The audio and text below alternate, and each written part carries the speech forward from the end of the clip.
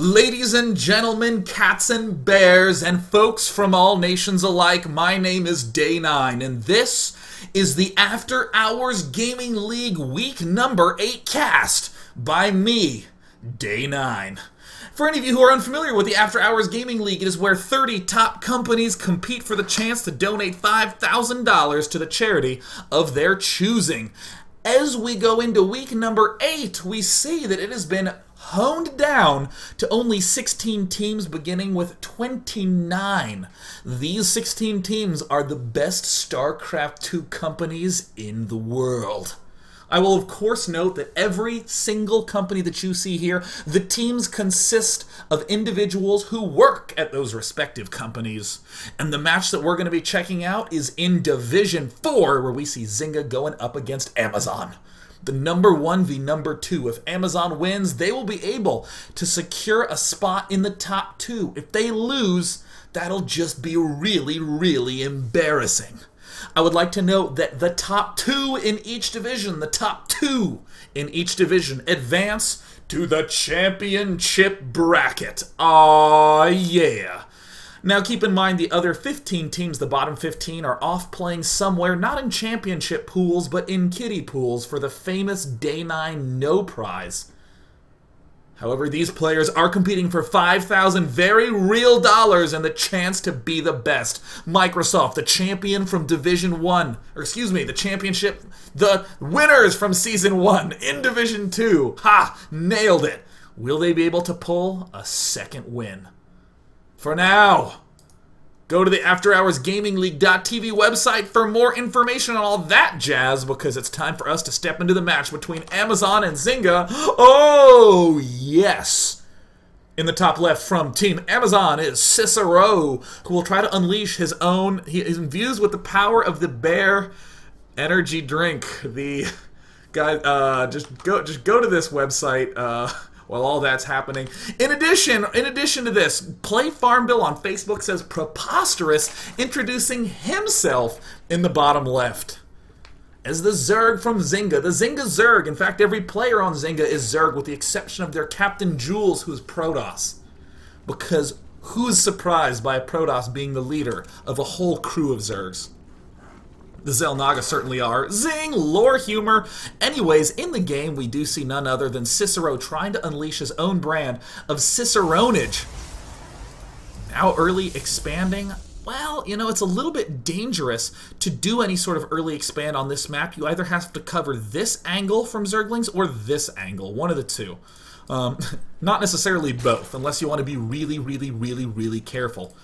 Cicero now trying to sweep around. The one thing he wants to make certain of is that there's no early 6 pool like that, but Preposterous actually opening up with a 12 pool. Ooh, I actually love this. Oh no, Mr. Pro manages to escape without too much harm done, but I love a 12 pool on this map. It actually doesn't delay your economy too much. If you compare a 12 pool expand to a 14 pool expand, you end up with 2 less drones. However, you end up with the Zerglings significantly earlier.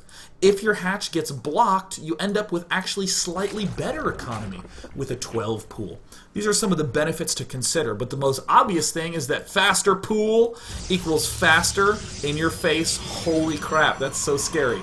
Wait a minute, Cicero, I was about to say the faster pool equals the faster chance of you breaking the front, but we see the front is actually already leaving itself wide open to be broken. 16 Nexus, 16 Forge. Cicero with cojones of brass. Unreal. Ah, whoops. The overlay actually doesn't even show the correct score. It's actually 0-0. I was doing tests before the stream. Back off, you guys. And it looks like Preposterous now moving down. Cicero does block the pylon, but of course we have the Zerglings there ready to greet and meet, and Preposterous popping that queen out. Cicero, Cicero, Cicero, being so bold. God, he's bold. He is such a brave man. But it looks like, look at this clever cat. Cicero diverting the attention of the Zerglings in the wrong direction, and we do see a single cannon going down, and it looks like Preposterous will not be able to break that front in time. A single gas geyser doth go down for Cicero, and that early concern I had about the placement at the front has been abated.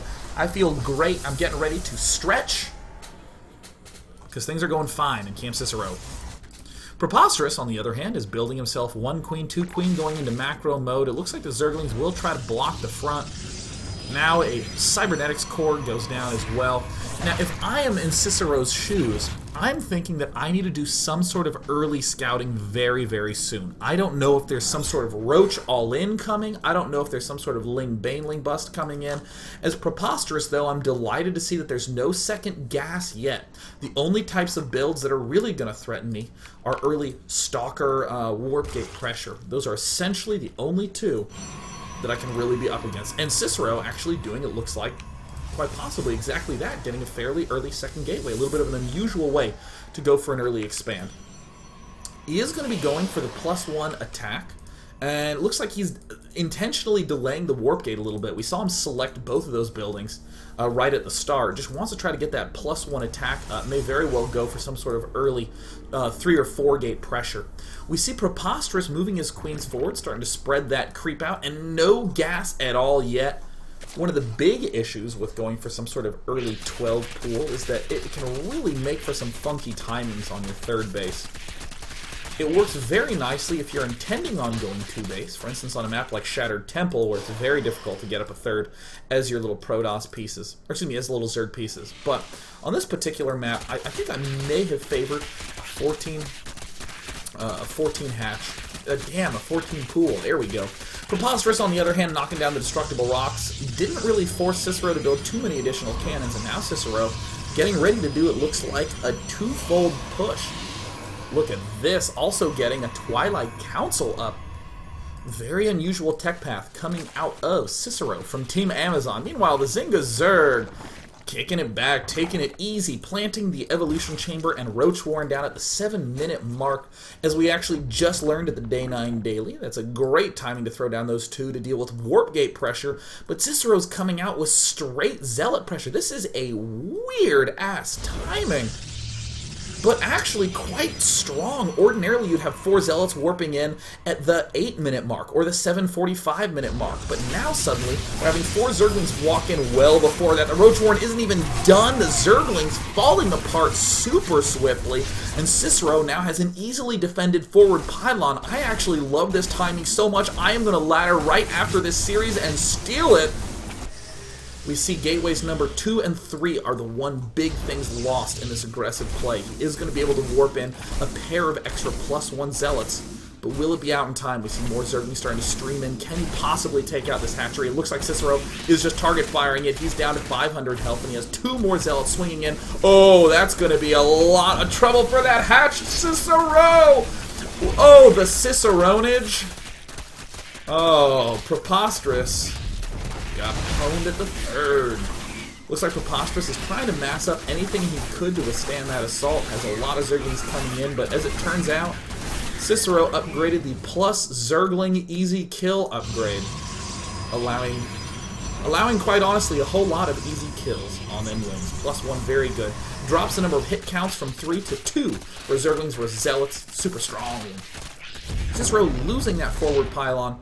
His forward pressure will be successfully abated, but Preposterous, in the midst of all of that, has had a delayed layer. Ordinarily, you would want to have that layer done and Roach speed started at 9 minutes and 30 seconds. But Cicero really putting that pressure on, putting Preposterous behind.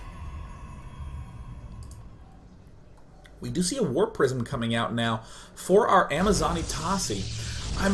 I'm quite torn on the Warp Prism. On one hand, it's totally badass, and it's very fun to put on a little bit more pressure from the skies.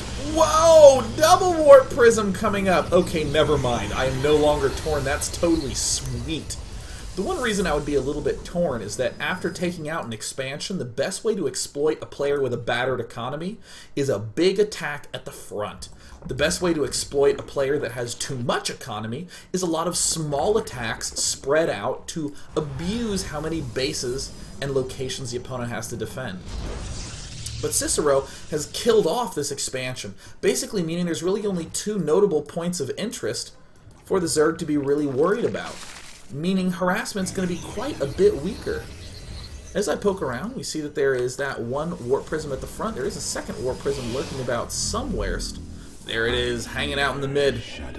He might be going for harassment with one, a reinforcement with the other, but double warp prism forever shall Cicero be known.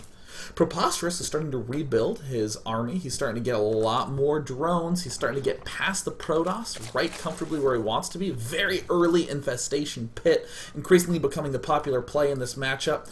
We do see that he is getting the +1 carapace, +1 attack for the Roaches. Forward pylon on the creep, a bold play. It looks like Cicero continuing to step forward.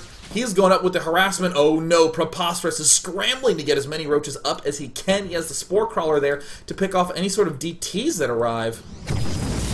Whoopsie daisies, Cicero warped in and then killed off that warp in round, and a warp prism at the back.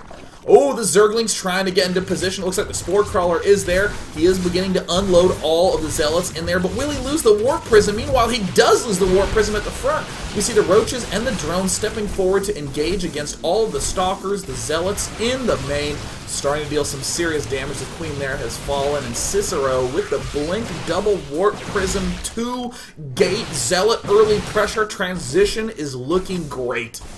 Preposterous, on the other hand, is looking to be in quite a painful spot and gives the GG to Cicero, who unleashes quite the Ciceronage, helping to bring his team straight away to 1-0. Congrats to Cicero and Team Amazon. Once again, as we take a look at those standings, we do see that Zynga is the undefeated team in the group. If Amazon were able to take them out in this particular series, they would be in that top 2 spot. So enormous congrats to the player Cicero from Amazon for unleashing said Ciceronage. Aw, yeah. And with that in mind, we are now going to step on to game number 2 between Zynga and Amazon in the After Hours Gaming League. I'm Day9, and I will see you in 2 minutes.